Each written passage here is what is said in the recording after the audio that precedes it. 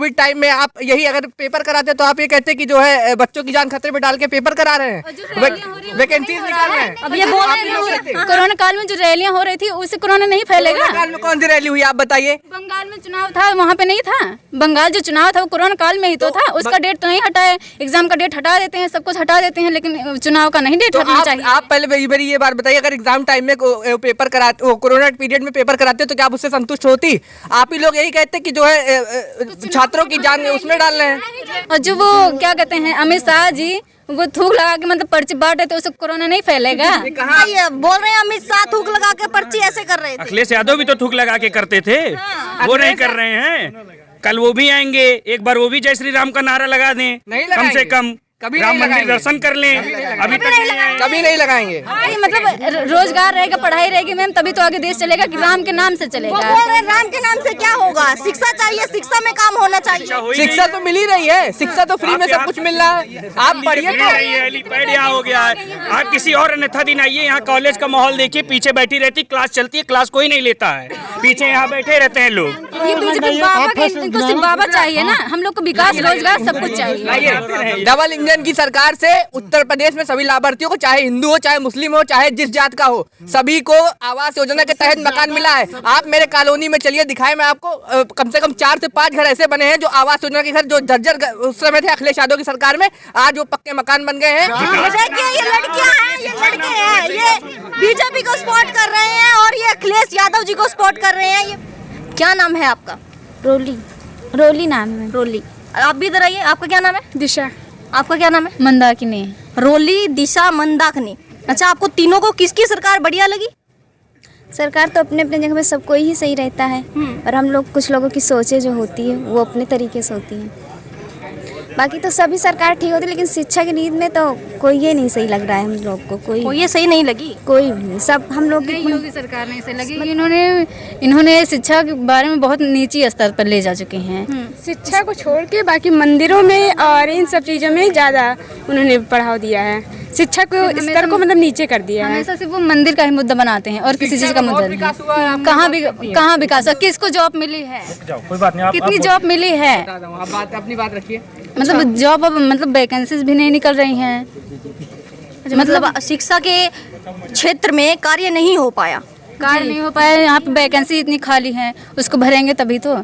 यहाँ पे कॉलेज में ही कितने कॉलेज राम मंदिर का है, योगी जी का। बस शिक्षा के क्षेत्र में तो ज़्यादा हमें नहीं लगता है। वो बोलते हैं कि कोरोना काल रहा 2 साल तो उनमें तो काम ही नहीं कर पाए, कैसे नौकरियां निकलवाते?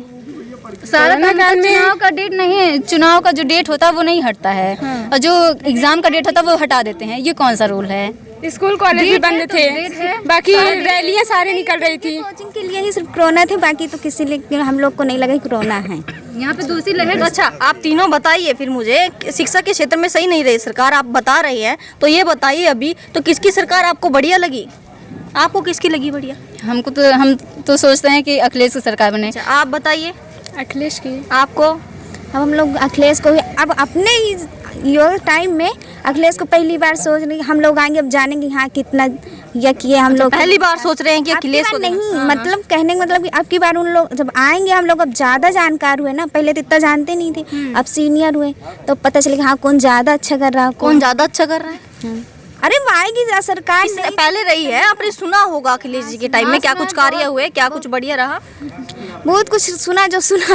अब हम लोग ये भी सुना, चलिए ये बताइए, ये भी सुना कि पहले गुंडागर्दी होती थी, लड़कियां बाहर नहीं जा पाती थी, डर लगता था, पेरेंट्स नहीं भेज पाते थे। अभी भी मैम हो रहा है, कहाँ हो रहा है? कितना गुंडागर्दी कम हुआ? कुछ गुंडागर्दी कम नहीं हुआ, बस कुछ लोग हैं जो जिनको थोड़ा मतलब कर दिए हैं। अब बहुत गुंडे अभी भी इधर उधर मंडरा रहे हैं, उनको पकड़ नहीं पा रहे। उनके ऊपर मतलब वो क्या कहते हैं, पैसे भी दिए हैं कि इनको पकड़ेगा जो उनको पैसे देंगे, तभी भी अभी भाग रहे हैं, उनको कोई पकड़ ही नहीं पा रहा है। आप कुछ बोल रहे थे कि योगी जी की सरकार बढ़िया रही है, शिक्षा विभाग में भी कार्य हुआ है, और ये लड़कियां बोल रही कि गुंडागर्दी है पहले से ज्यादा हो चुकी है। सहमत है इनकी बात से? नहीं, बिल्कुल असहमत है इनकी बात से, क्योंकि शिक्षा में अभी से इन्होंने बोला, अभी यही साकेत में 2 बजे से अभ्युदय की क्लास चलती है, वो सिविल सर्विसेज की कोचिंग फ्री में प्रोवाइड करा रहे हैं। आप नीट की कोचिंग फ्री में प्रोवाइड करा रहे हैं। अब आप उससे ज्यादा क्या चाहती हैं? लेखपाल की वैकेंसी अभी निकली है, 49,000 26,000 पुलिस की वैकेंसी का नोटिफिकेशन आ गया है। सुनेंगे तो क्लासेस कैसे ऐसी। आप क्या चाहते हैं कोविड टाइम में? आप यही अगर पेपर कराते तो आप ये कहते कि जो है बच्चों की जान खतरे में डाल के पेपर करा रहे हैं, वैकेंसीज निकाल रहे हैं। अब ये बोल रहे हैं कोरोना काल में जो रैलियां हो रही थी उससे कोरोना नहीं फैलेगा। कोरोना काल में कौन सी रैली हुई आप बताइए? बंगाल में चुनाव था, वहाँ पे नहीं था। बंगाल जो चुनाव था वो कोरोना काल में ही तो था। उसका डेट तो नहीं हटाए, एग्जाम का डेट हटा देते हैं, सब कुछ हटा देते हैं, लेकिन चुनाव का नहीं डेट हटना चाहिए। आप पहले मेरी ये बात बताइए, अगर एग्जाम टाइम में पेपर कराते, कोरोना पीरियड में पेपर कराते तो क्या आप उससे संतुष्ट होती? आप ही लोग यही कहते कि जो है छात्रों की जान उसमें डाल रहे हैं। रैलियों के नहीं था, चुनाव भी हटाना था ना। जब हटाना तो सब हटाना है, चुनाव क्यों करवा रहे थे? नहीं, रैलियों के लिए कोरोना नहीं था, उसके लिए था। कहाँ? शिक्षा के लिए था, मतलब पढ़ाई के लिए कोरोना था। जब बंगाल में चुनाव हुआ है तब कोविड जो है डाउन था और वहाँ पर प्रॉपर मास्क लगा के मतलब सिस्टमेटिक ढंग से वहाँ चुनाव हुआ है। और वैसे यूपी में भी चुनाव हो रहा है प्रॉपर सिस्टमेटिक ढंग से कोरोना गाइडलाइन का पालन करते हुए। गाइडलाइन। और जो वो क्या कहते हैं अमित शाह जी, वो थूक लगा के मतलब पर्ची बांटे तो उससे कोरोना नहीं फैलेगा। ये कहाँ आपने देख लिया? ये कहाँ आपने देख लिया? कराने में आए थे। ये यादव जी भी तो रैलियां कर रहे हैं, आप उनका भी तो बोलिए। मतलब उसमें बोले हाँ, उसे बोल रहे हैं। बॉयज है, अब देखते हैं कौन किस पे भारी पड़ता है। हाँ जी बोलिए, कंटिन्यू रखिए। जो पक्ष में है, जिसका सरकार है, जब वो गाइडलाइन पालन नहीं करेगा तो विपक्ष की क्या उम्मीद करें? बताइए, बोल रहे हैं अमित शाह थूक लगा के पर्ची ऐसे कर रहे थे। अखिलेश यादव भी तो थूक लगा के करते थे, वो नहीं कर रहे हैं। कल वो भी आएंगे, एक बार वो भी जय श्री राम का नारा लगा दें, कम से कम कभी राम नहीं मंदिर लगाएंगे। दर्शन कर लें। अभी तक नहीं आए। कभी नहीं लगाएंगे। देखिए हाँ, राम का नाम ले सकता है, राम का नाम लेने में कोई गुनाह नहीं है, लेकिन ये है हमें अगर रोजगार नहीं मिलेगा तो हम मंदिर से मेरा काम चल जाएगा।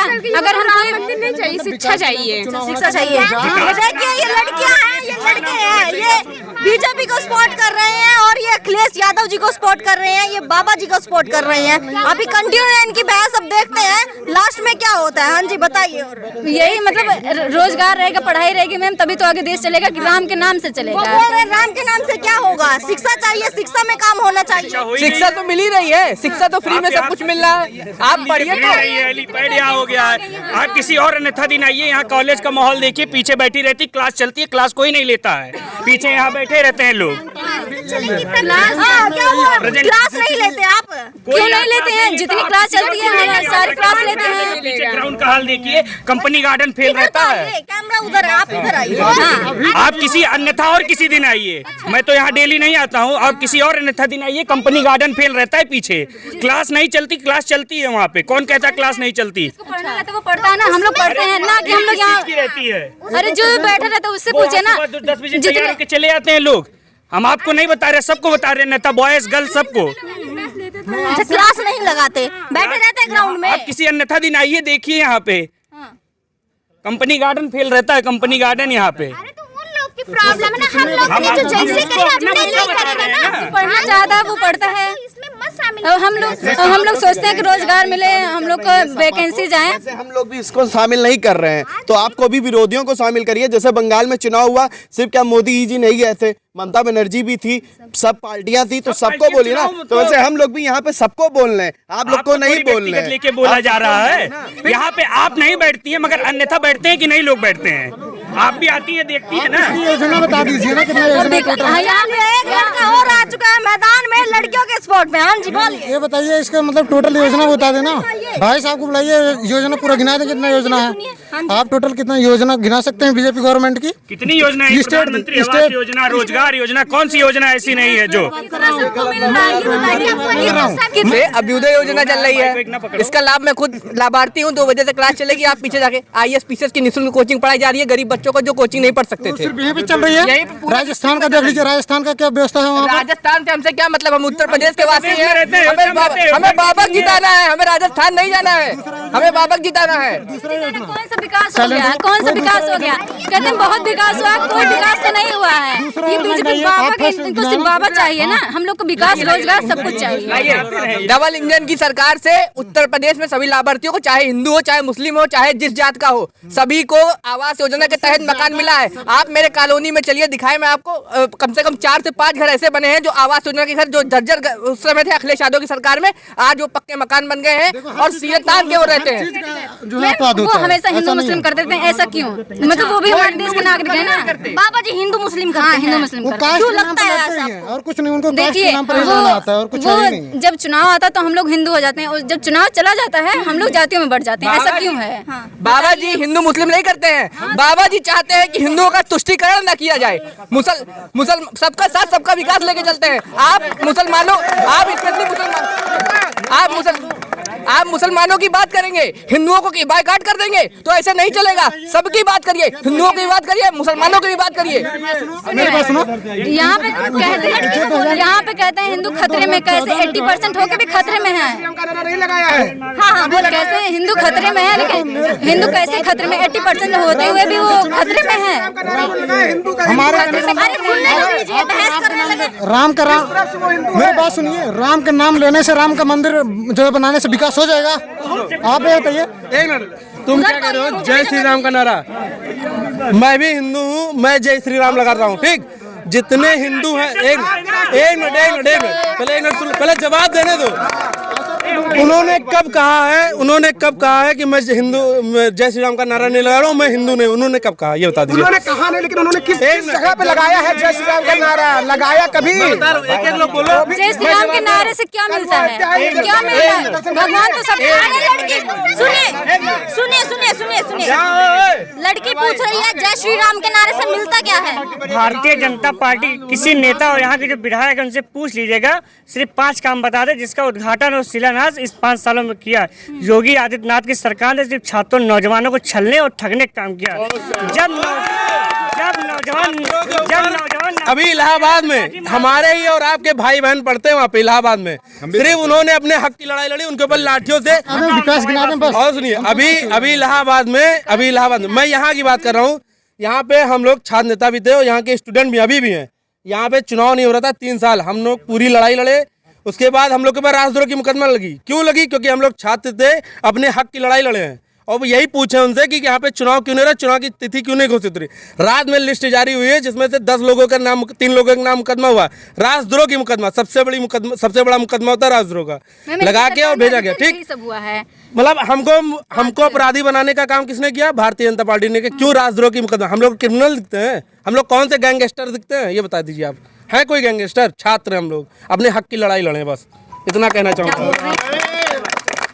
ये बोलना है कि मतलब इनके सरकार में कहते हैं गुंडागर्दी खत्म है। गुंडागर्दी कुछ नहीं खत्म हुआ है। ये पुलिस को बढ़ावा दिए हैं, जिसका दोष नहीं रहता उसको भी जेल में डाल देते हैं, उसके ऊपर मुकदमा कर देते हैं। ये तो गलत है ना। इसी अयोध्या विधानसभा में 5 हत्याएं हुई हैं, 5 हत्याएं इसी अयोध्या विधानसभा में।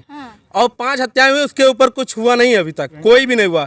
5 हत्याएं हुई जिसका नाम गिनाया जा सकता है यही तुरंत। साकेत महाविद्यालय अभी जल्दी हुई है, अभी मंजीत यादव देवकाली पे हत्या हुई है। और क्या कहते हैं, दुर्गा पूजा के समय नए घाट पे हुई थी 1 हत्या।